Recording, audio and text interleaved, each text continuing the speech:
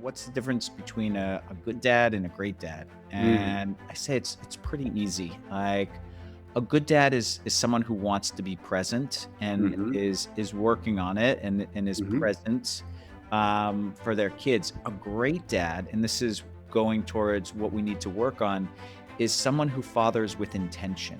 And what mhm, I mean by that is like parenthood is hard, especially, as you were describing the different types of childhood challenges we have with our kids. Like, we could spend our whole time in reaction mode. mm, And just as with a business, that is a disaster, right? mhm, Because we need to get in front of it. And so, mhm, parenting with intention and the work that I do with groups of dads in my Founding Fathers program and in my coaching is we create a fatherhood philosophy. So, what is your fatherhood philosophy? How are you going to show up for your children, right? What are the values that you want to overtly share with them, and mhm. how will that come to pass in your house? Welcome to the Four Peaks Parents Podcast with your host, Thomas Miller. Today's guest is Jeff Hittner. We are going to get into how we raise ready fathers. It's such a great, amazing topic because parenting and fatherhood is like something that's super freaking important. But more often than not, many dads, myself included, were super unprepared. And our guest today, Jeff Hittner, is an executive coach, a leadership expert, a founder of Ambitious Dads, of movement helping fathers lead with as much clarity and purpose at home as they do at work. About 10 years ago, Jeff learned he couldn't become a biological father, which was a lifelong dream. And so he has two incredible boys because he made a pivot, redefined what fatherhood could be. He has interviewed more than 200 fathers about the challenge of succeeding at both work and home. He began writing extensively on the topic and launched the Ambitious Dads podcast, sitting uniquely at the intersection of executive coaching and modern fatherhood. So, welcome, welcome, welcome, Jeff. Did I get everything? Yeah, thank you so much for that introduction. It was great. Yeah. Awesome. Well, I loved our kind of pre-brief for this interview because it was so obvious that we you talked about every dad, right, who's a career dad, and whether they're an executive or not, whatever their profession is, we go to these trainings, we go to these conferences, we go to all this stuff, we do all this stuff, right? We write goals. You talked about whether it's for the quarter, for New Year's, whatever it is, and then when we think about our own dadding, we don't do any of that crap. you Mm. know like, talk to me about kind of that, why you think that is. Why is there such a divide or void in terms of how many dads approach dadding? There's a lot of reasons. I think one is this unnecessary misnomer that we're either naturally good at Mm. fatherhood or we're not. And by the way, moms have the same, Oh, totally. like, Yeah. misaligned belief because, especially in the 21st century, like, we need to be constantly learning as parents. Every new development stage of our kids Hmm. is means a new way to communicate, a new way to engage with our kids. And so I think first and foremost, it's just this like assumption that this should come naturally. And if it doesn't, then oh well. But then the second reason why I think this is such a challenge right now is, modern fatherhood is really different than the way Hmm. our parents, Hmm. our dads in particular, fathered us. And so we Hmm. don't really have a lot of role models. And so we are figuring this out. And unfortunately, there's not a lot of research out there. That's why I'm focused Hmm. on, Hmm. doing research on this topic. Hmm. And, we can get to these 6 dad gaps that I've identified, but also I love to highlight this. There was a piece of research, I think it was for identified in Fatherly, that we've spent more than $10 billion researching moms and motherhood over the last 3 decades, no, 4 decades, and the total amount we've spent investing in researching fatherhood is 15 million with an M Mm. versus 10 Mm. billion with the B. Hmm. So Hmm. we are in the middle of a shift, you and I and the dads that really Mhm. want to father Dads differently. unite. Yeah, but we're still early. Oh, totally. Yeah, and we need to, that's why these conversations are so important. We need to have these conversations, and where I'm seeing the biggest gap right now is it's same in what you asked, like, why are we having this challenge as dads? One of the biggest gaps is around our confidence.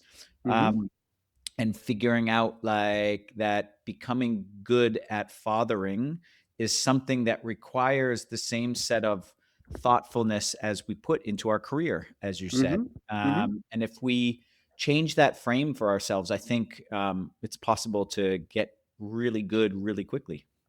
Without a doubt. And I think for a lot of the listeners, they have a loved one, teen, tween, kid, young adult who's struggling with mental health, addiction, learning challenges, is neurodivergent. And so everything you just said is that times, 25 or that on Yeah. steroids. And it's so obvious that, if we need a subject matter expert for our career or even for our washer dryer or our car, we don't hesitate, right? Yes, there are people who put off, seeing the osteopath or the chiropractor or the doctor or the psychiatrist or the, Whoever gives us orthopedist a colonoscopy. or the colonoscopy, which I need to get on, by the way, side note. But yeah, but when it comes to having a kiddo, just any, like you said, developmental, different phases, different ages, but even just like you said, trying to smash the dad box that maybe we were bequeathed, it is an obvious thing that you need some support. And of course, what I do is similar but different. I'm guiding families in this really quick sprint to their wellness and how to get out of these symptoms driving, how the dynamics exist. But when you think of just even like you said, like when was the last time dad sat down and were like, where, what, or even to do a SWOT analysis, like, where is my strengths? Where's my weaknesses? Where's my threats? Or again, what is my goal? I hate New Year's resolutions, by the way, but what are, micro goals or micro wins? So speak to how you bring dads along to move them out of this maybe laissez-faire or complacency around their dadding and give them a framework and an opportunity for them to really take a look at, where can they level up? Where are they already great? And where are some weaknesses? Yeah, a lot to respond to that.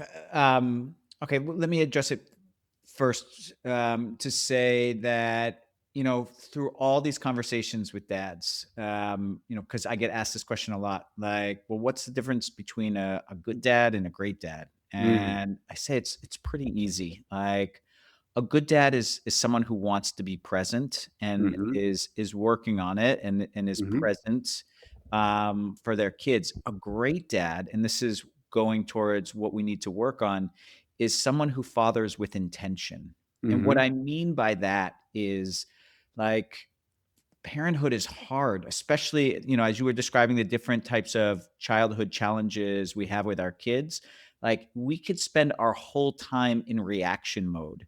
And Mm. just as with a business, that is a disaster, right? Mhm. Because we need to get in front of it. And so, Mhm. parenting with intention and the work that I do with groups of dads in my Founding Fathers program and in my coaching is we create a fatherhood philosophy. So, what is your fatherhood philosophy? How are you going to show up for your children, right?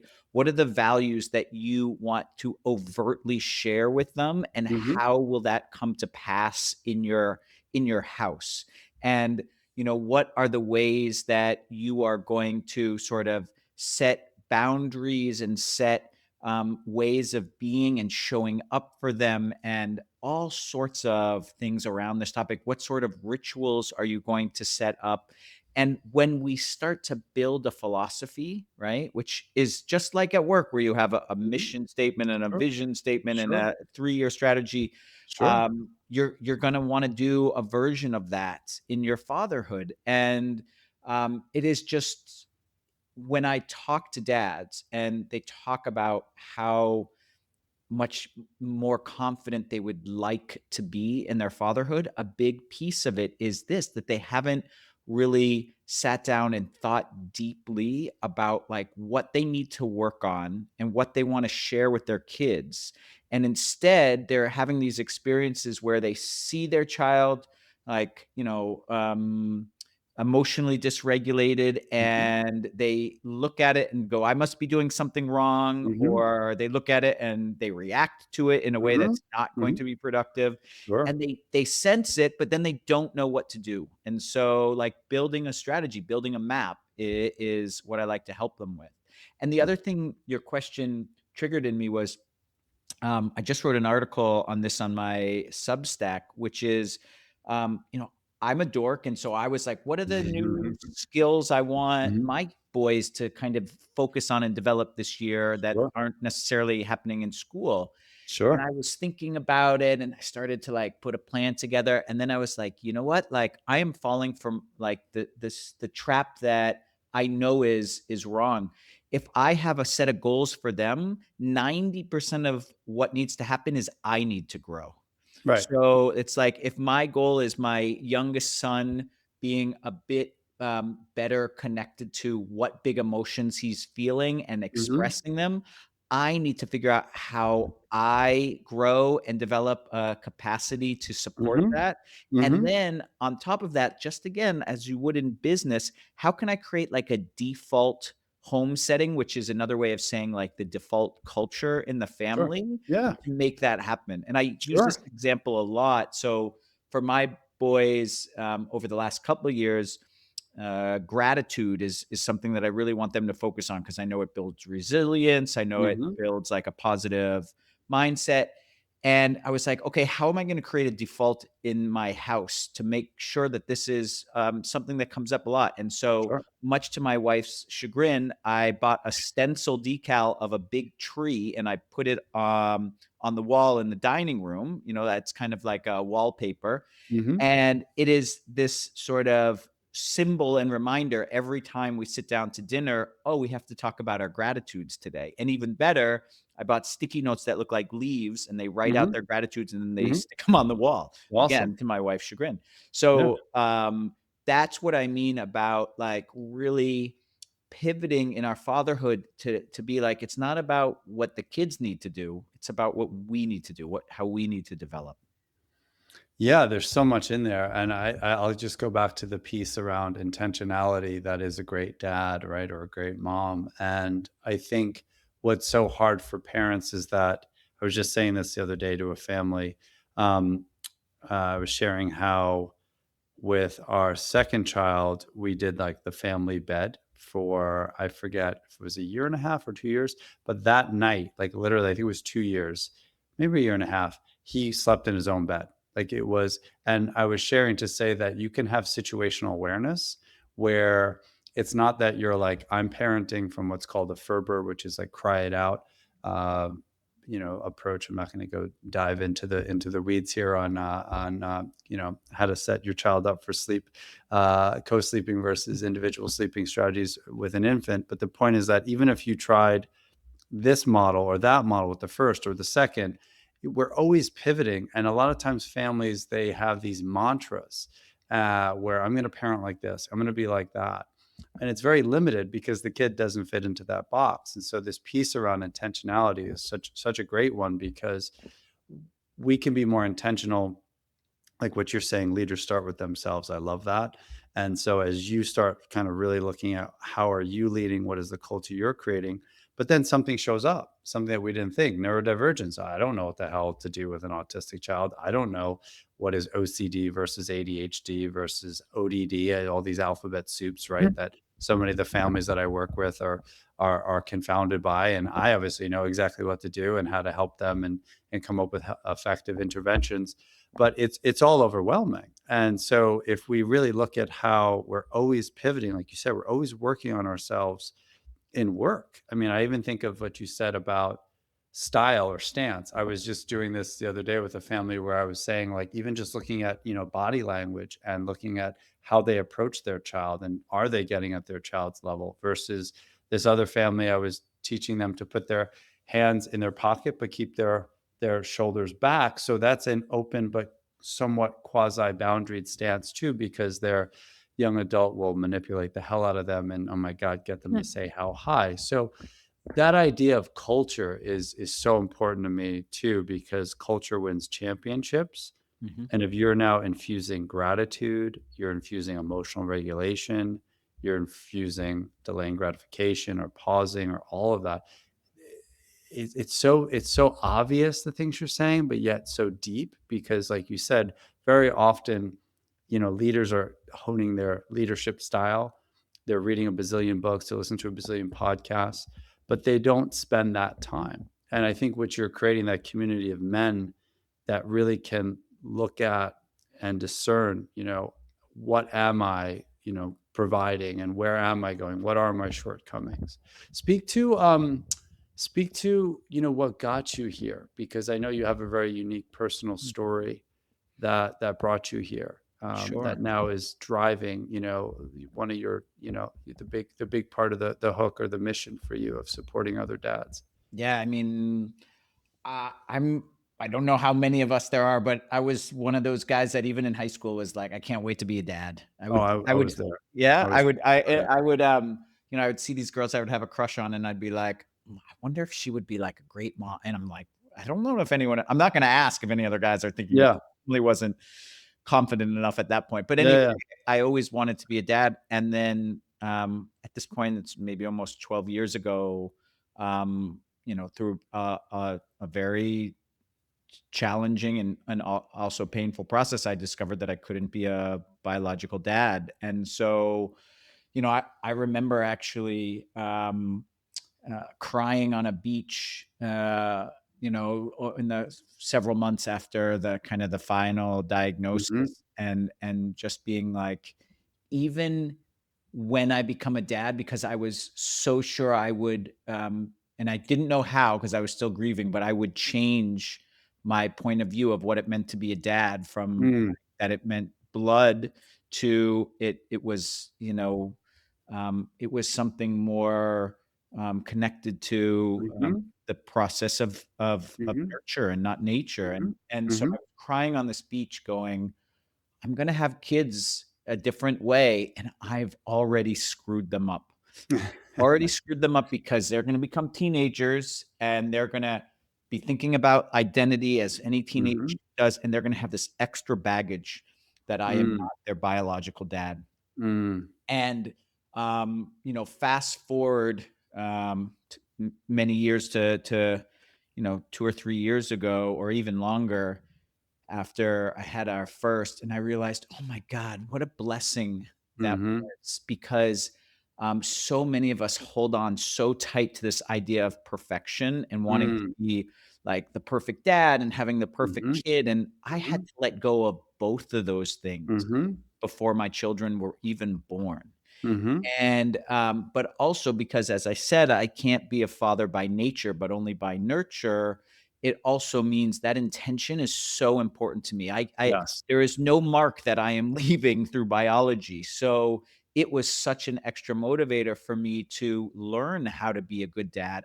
But that doesn't mean I wasn't shocked, by the way, of Mhm. how unnatural it was at the beginning, because as with so many of us as dads, um, I learned how to, or I started the process for how to become really good at emotionally regulating myself only after my boys were born, right? Mhm. Dealing with temper tantrums that lasted not 1 or 2 minutes, but 20 or 30 minutes, and being Or completely or incapable of 3 staying. hours. Yeah, Yeah, yeah, I could not yeah. stay, emotionally regulated for more than a couple of minutes, and Mhm. having to learn about my triggers and Mhm. get through and slowly improve and get to a point where I could handle those temper tantrums and not blame myself or think I'm failing in some way. And Mhm. all of that was a process, and all of that, um, became intention for me. And so this idea of parenting with intention,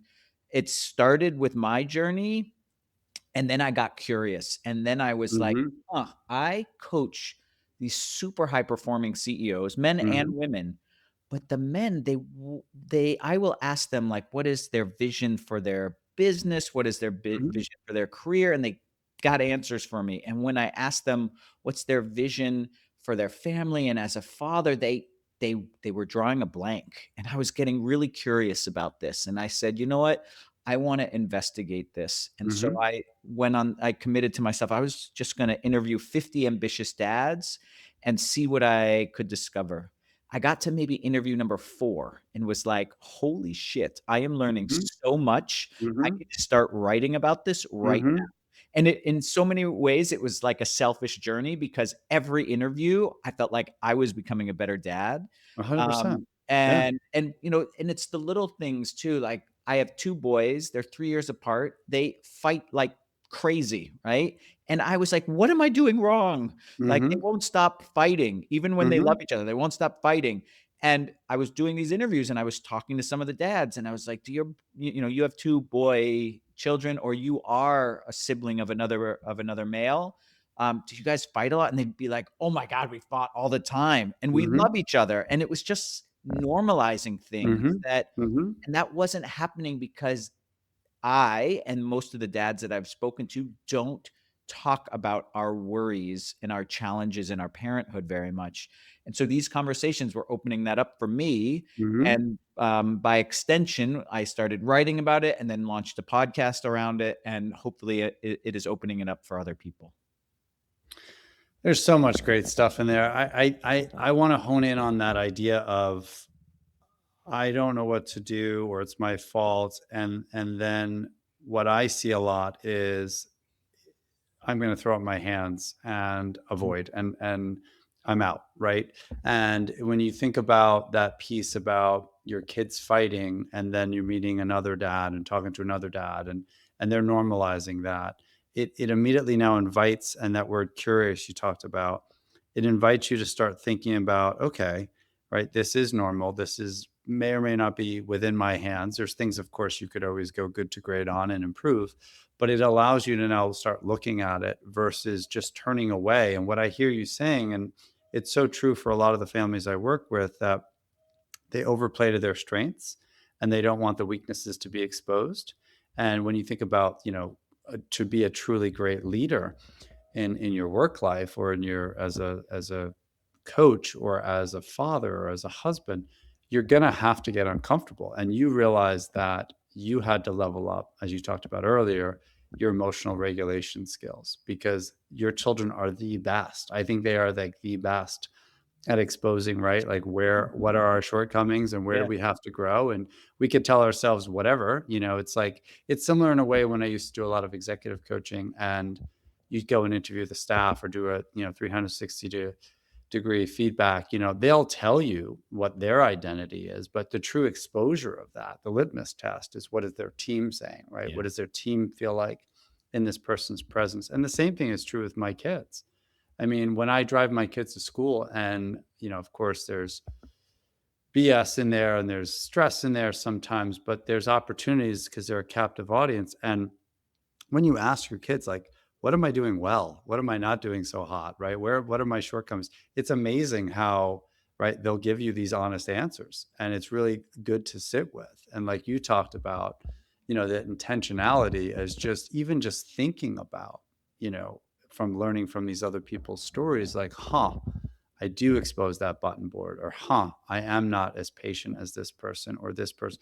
It's the same for me when I'm doing my work with the Four Peaks parents. Every one of these families that I'm coaching and guiding through, I've lived some aspect of their life. I have absolutely fallen into that. And there's areas I'm stronger than the next client, but areas that they're weaker, or I'm weaker than them. You mentioned earlier the 6 dad gaps. Do I have that right? Right, Yeah. speak to that. What do you see as commonalities where dads are falling into, and what's the ladder for them to get out? Yeah, so, there's kind of 6 big areas that seem to be the biggest challenge for us right now, and the first one, no surprise, is the most common one, and, I call it the time gap. It's really Mhm, like how we balance, um, all of these things. Like, I wanna mhm, be great at work, I wanna be great at mhm, home, I want to figure out how to be great in my relationship. I want to do self care. I want to exercise. I want to do all these things. It's impossible, right?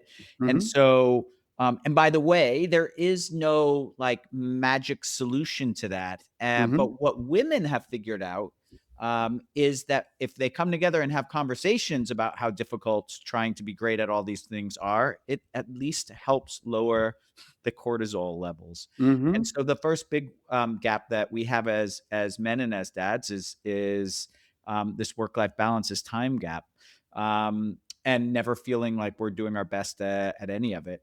The Mhm. second area I mentioned, already is the role model gap, right? So, it's interesting because, particularly, successful, ambitious, career-driven men have no problem seeking out male mentors, Sure, or sure, it doesn't have to be male, sure. just mentors Yeah, yeah. in their work, Sure. but they're not really trying to do that, much less, know that it's something they should consider when it comes to fatherhood. Mhm. And so that's the next challenge. And then the third, which is I think kind of the most dangerous one, is what I call the confidence gap. So, Mm. you know, basically, the data says that around 92% of dads identify like their primary identity is as a father. But Mhm. then when you ask that same group, like, how confident are they in their fatherhood, only about a Sure. third of them Yeah. feel confident in their fatherhood. That means two-thirds of us as dads Yep. are walking Yep. around with a lack of confidence, with shame, and with Mhm. a common shame spiral, which is Mhm. never healthy, Mhm. particularly around men, right? Um, the next area I call the brotherhood gap, which is, I mentioned like moms will get together and they'll have these conversations to try to alleviate some of the stress around trying to balance and be great at all these things, which is impossible. Dads aren't very good at doing that, Mhm. right? They don't have a big group of dad friends. And by the way, when I've talked to these fathers, several of them, many of them have said, "Hey, I have a group of dads I go out with, but we don't talk about this stuff at all." Sure. They Sure. stay superficial. So Sure. that's the next big gap. And then Sure. um, then there's the co-parenting gap, right? So like there's this real struggle to stay aligned with our partners. Mhm. And part of that is also because tends to be only one partner is doing the research or thinking Mhm. about a Mhm. perspective on how Mhm. to deal with the challenge Mhm. of being a parent. And then finally, the one that I kind of talk about in terms of intention, I call it the legacy gap. So that's when it's like, how do I shift from being reactive to like parenting with intention, being a father of Sure. intention? So those are the six gaps that really um, stick out in over 200 interviews that I've had. And those are the things that, if we not if, when we can find a way to Mhm. really close them, it's going to change things so dramatically for us, Mhm. but more importantly for our kids. I can add anecdotally, having interviewed thousands of dads throughout my career. I'm in like the 10,000s, not in terms of the podcast, but every time I sit in front of someone and have done either a clinical assessment and worked with someone therapeutically or parent coaching now for, oh my God, 12 years. It's thousands and thousands of interviews, and everything you said is spot on. And if you listen to them together, they're really dangerous because they work concomitantly against that family system and that child, Mhm. and of course that father. So the first, if I'm screwing up the order, that's okay, but please jump in. But that idea of isolation, right, is a big theme I hear. And then you talked about shame, right? And shame is a feeling that, I say this all the time, like, shame is just a feeling. It's a very uncomfortable one. And we're always trying to obviously maximize the comfortable feelings. We want to like raise the tide of just that big, yacht, but we don't want to raise, the tide that also raises that little dinghy, which is the Hmm. uncomfortable feelings. And if dads and moms could just feel feelings better. That's why the second peak of my program is called emotional mastery, where we become the masters of our emotion and by proxy help our kids to do that vis-a-vis co-regulation. Everybody wins. The piece about not having the brotherhood is so important, because you're right that to name it is to claim it. To even just be able to talk about it, and to just, like you said, groups of women that are more innate or natural to just sharing how's Johnny, how's so and so, how's whatever. And then you're hearing by proxy other solution strategies, right? Normalizing. That's so important. And then the piece you said about 2/3 not feeling confident, that made me immediately think that more often than not, what creates anxiety is children not knowing where they end and their parents begin. And so if I'm carrying toxic shame, which is I'm bad beyond just the feeling of shame, Mhm.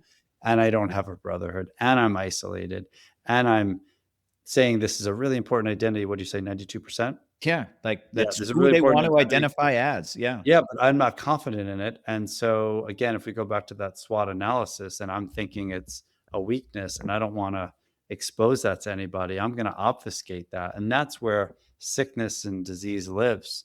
For a lot of my families, I always share, particularly if I'm doing discovery call, that there's an ROI to working with me is that we're going to change our culture. We're going to really figure out what is the system, not just the symptoms driving, right, the disease or dysfunctionality.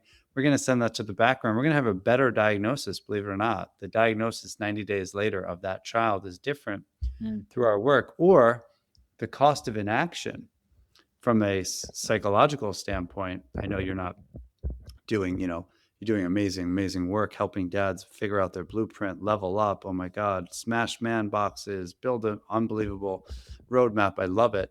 Um, but if you add in there, think about the diagnosis of their child and the cost of inaction and how those symptoms are being entrenched vis-a-vis that father's abdication because I don't feel confident. Whew, that is a recipe for disaster. So the work you're doing is so important and powerful because yeah, dads aren't really, like you said, seeking a mentor, which is why I am busy. I'm very busy, but I'm not as busy as I should be if you really think about it, because you're absolutely spot on. We work with the same dads. I work with all these unbelievably high functioning dads, which is why the parents who reach out for that free discovery call and then, we decide if it's the right fit and move forward are my heroes because think about, how courageous they have to be to avail themselves of something bigger and to recognize not that they fail, like you said, you've done such a great job of trying to help parents hear that if your kid is struggling, it doesn't mean you're a failure. It's just a new challenge, right? And it's like, how do we address it? And it's a new problem. But for a lot of fathers, they want to be able to say proud parent of bumper sticker, right? Mhm. And if they're abdicating that parenting role to their partner, uh, husband, wife, whomever, um, oof, right? That's also just, I mean, think about your quality of life. And it's so obvious that you said you're a nerd. You're nerding out on dadding. I nerd out on dadding too. And I know I've fallen short a bazillion, and ways and will continue to do so.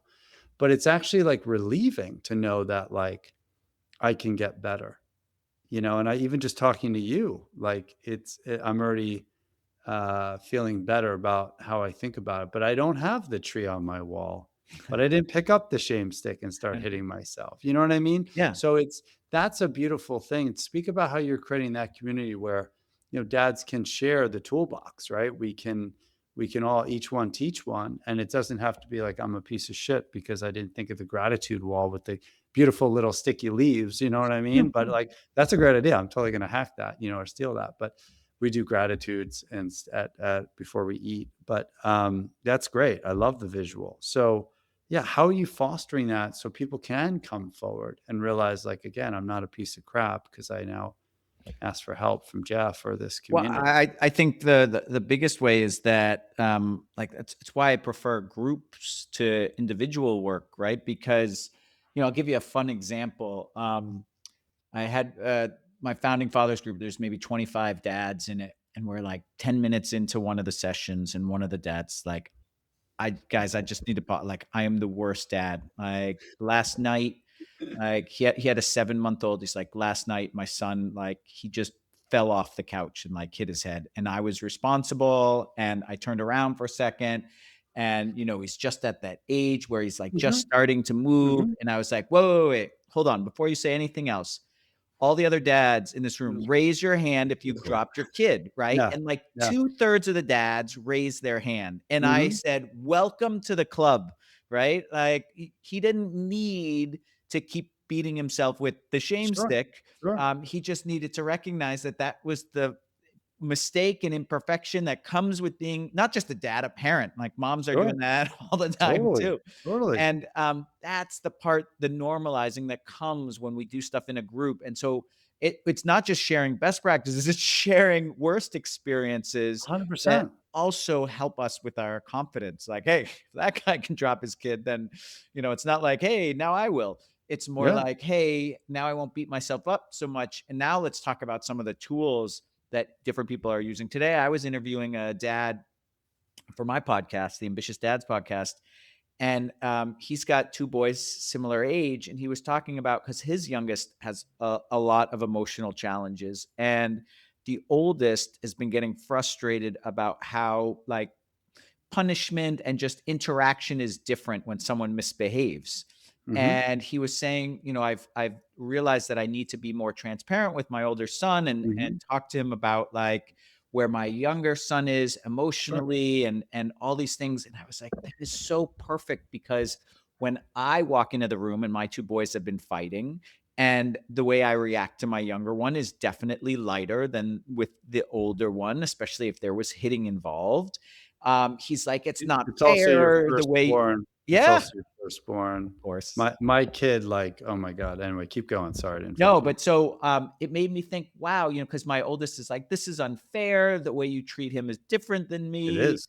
Yeah. It Um, is. but Yeah. it made me think, well, this is interesting. He had this interesting idea of talking to him about, like, where his younger son was emotionally for his older son who would get it, and my older son would also get it. So I wanna do more of that, and those are just little nuggets that come up in Totally. conversation, and they're really powerful, and, I get my ideas all over the place from other Me too. dads, Yeah. sometimes from again from leadership work, Mhm. from Yeah. everywhere, and Yeah. the more we can share them, like the more we can grow our confidence. But the thing I like, I'm gonna definitely steal your like identity high, confidence low thing. I think that's really great because what's cool about you is your identity high, so much so that you came out of the womb and you're like, I'm a dad.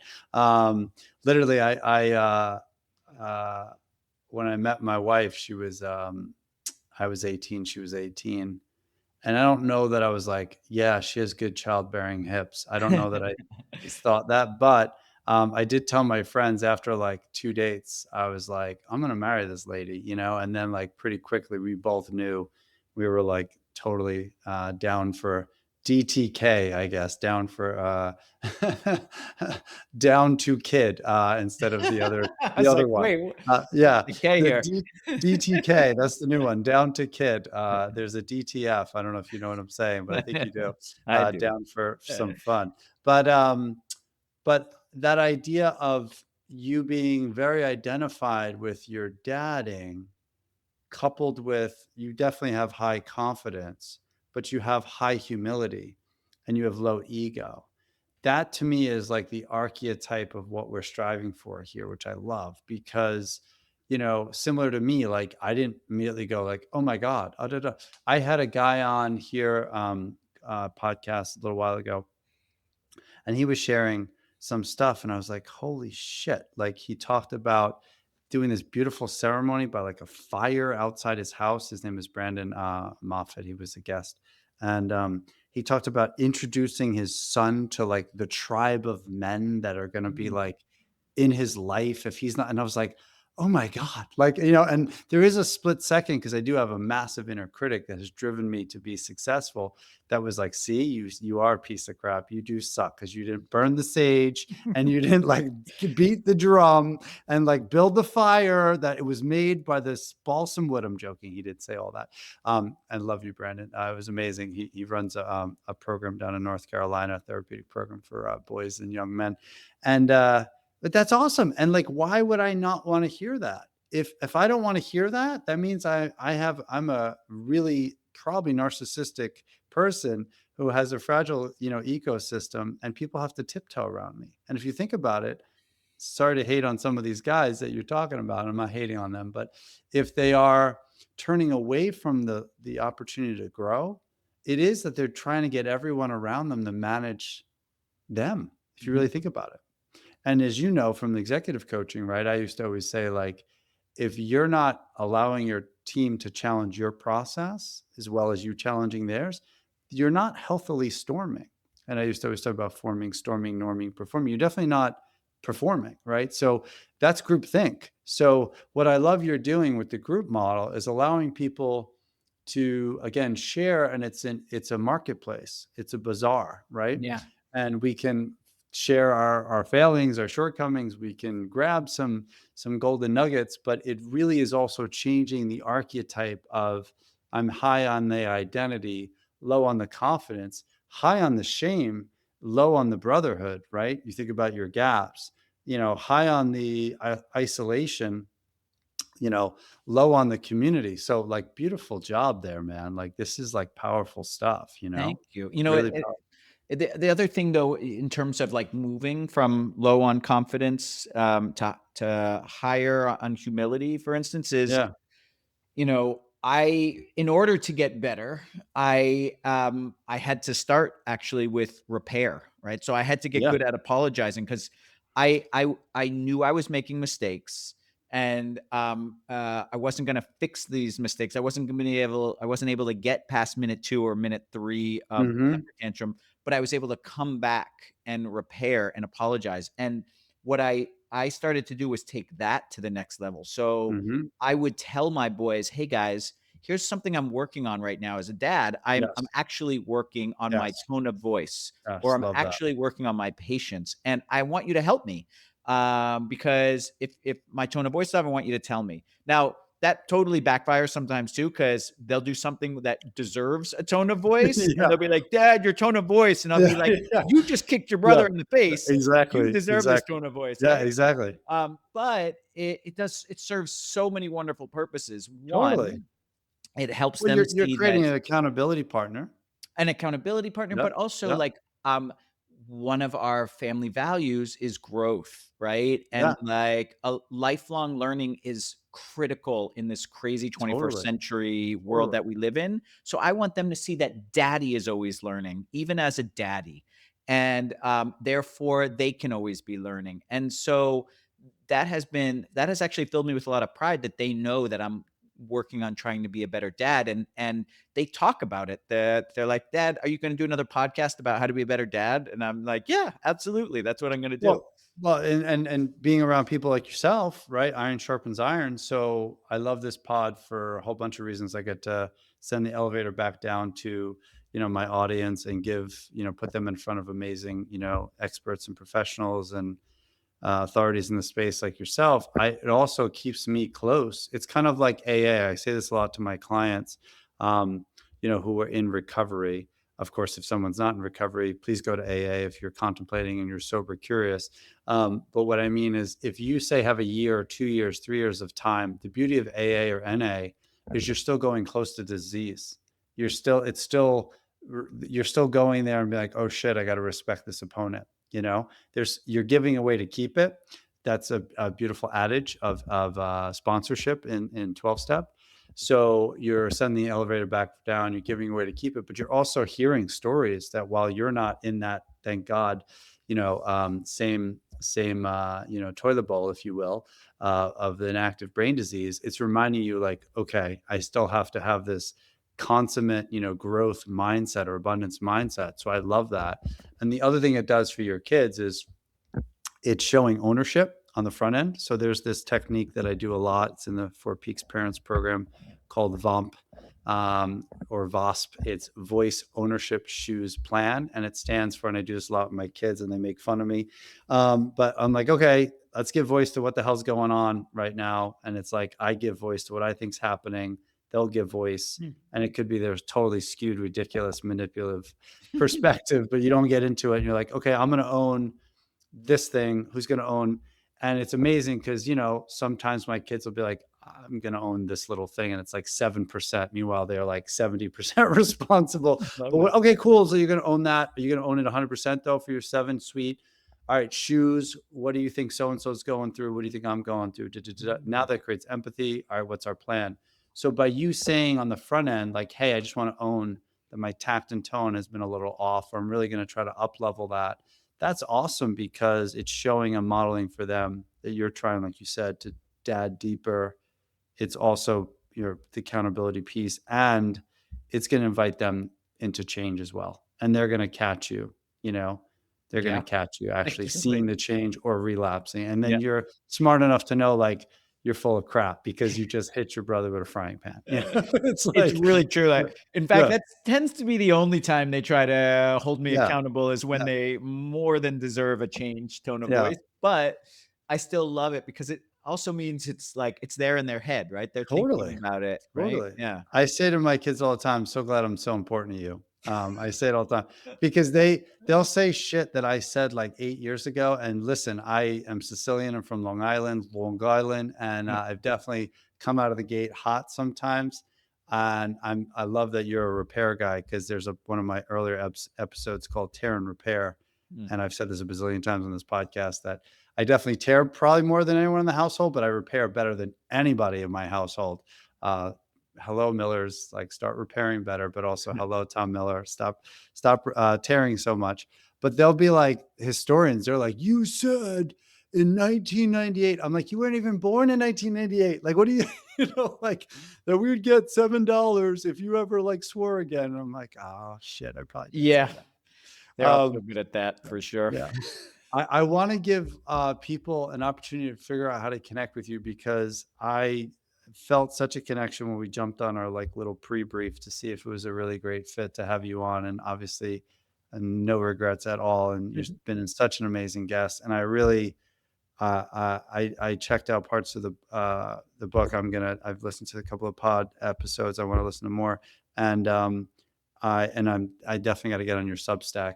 Um, but I love the community. I love what you're trying to do. I also love how you're like a nerd in the data side too, which is really, I think, a value add. I love the piece that you're trying to create, right? Some research and or utilizing research, and just you're hitting it from macro, micro, but more on the macro side, and just shifting, again, this like kind of narrative, and helping us all to leap off our father's shoulders. And maybe some of us had better dad foundations than others, but I love that you're just trying to get everyone without shame to hold on to this identity, but really look at what does it look like to be that much more intentional.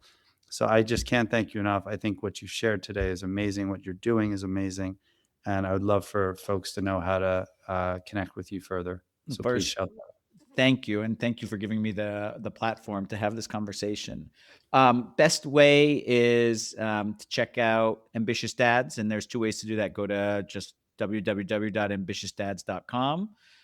You can join my newsletter and sign up for some of the programs, and then uh, follow the Ambitious Dads podcast as well, where just like we're doing now, like little snippets of great new ideas and oh my god, I'm not the only one going through this Mhm. will go through your mind with every episode. So those are the best That's two awesome. ways. Yeah. That's awesome. And for any parent out there who is, I don't know, by the time this is launching, I don't know, it might be February, who is already failing miserably on every single New Year's resolution, and maybe is starting to fall off on some of these things and falling back into old patterns. If you are struggling, if you have concerns about your child's mental health, addiction, if you're wanting to get clarity on what is their diagnosis and or how to work with them, not be a prisoner to the diagnosis, but be informed by it, or ostensibly just figuring out how to navigate your tween, teen, or young adult's mental health or addiction or disruptive behaviors, please go to the Four Peaks Parents, fourpeaksparents.com website and book a free discovery call. Sign up for the newsletter as well. Please sign up for the Ambitious Dads I Got It Right newsletter as well. And thank you, everybody, for listening. And thank you so much, Jeff, for being an amazing guest. My pleasure. Thank you.